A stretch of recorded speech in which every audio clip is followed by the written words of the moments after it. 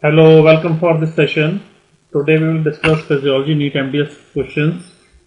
So let's begin.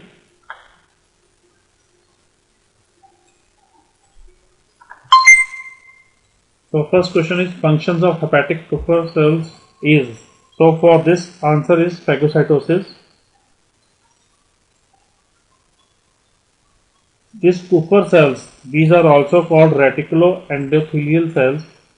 These are resident macrophages that line the liver sinusoids, and these are capable of phagocytosing bacteria and other foreign matter in the hepatic sinus. So kupffer cells' main function is to phagocytose bacteria.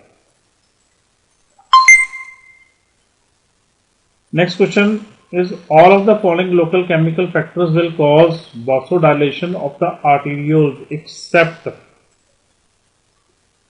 So there is an exception.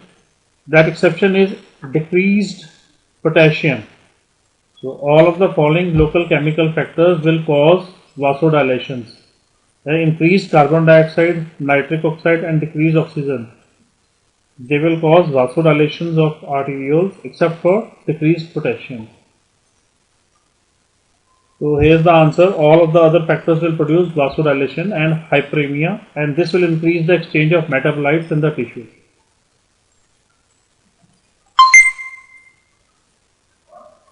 Next question, the effects of which one of the following hormones are not mediated through CAMP? Okay, so here the answer is estrogen. So in this case, estrogen is a steroid hormone and it does not require any membrane receptor and the second messenger like CAMP. So it does not require. Others like peptide hormones and those derived from single amino acids, they are not readily soluble and they require membrane receptors and second messenger system. Same is the case with epinephrine and norepinephrine. So next question, which of the following does not occur to compensate for all in blood pressure below normal values? So here the answer is decreased total peripheral resistance. So in this case, decreasing total peripheral resistance, this will produce greater reduction in blood pressure. But in other cases, due to baroreceptor reflex, cardiac heart rates would increase, increased stroke volume would occur, increased cardiac output would occur, that is due to increased heart rate and stroke volume. Next question, hypertension, that is long term, will be compensated by which of the following renal mechanism?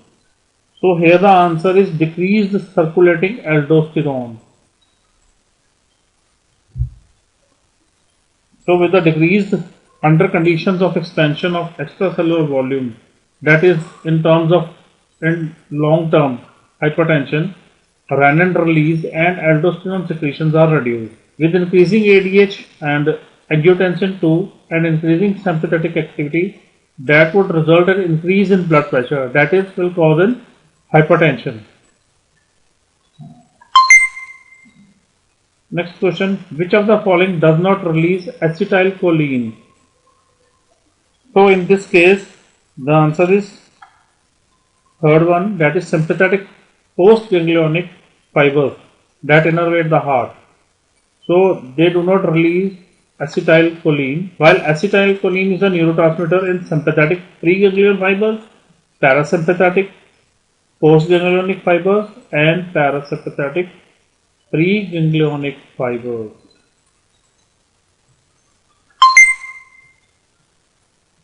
Next question, which of the following statements regarding the tubular reabsorption is true?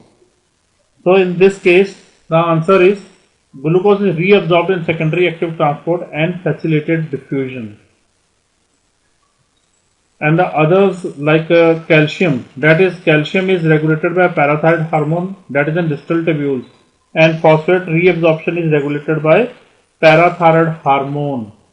Do like and subscribe for more updates. Thanks for today.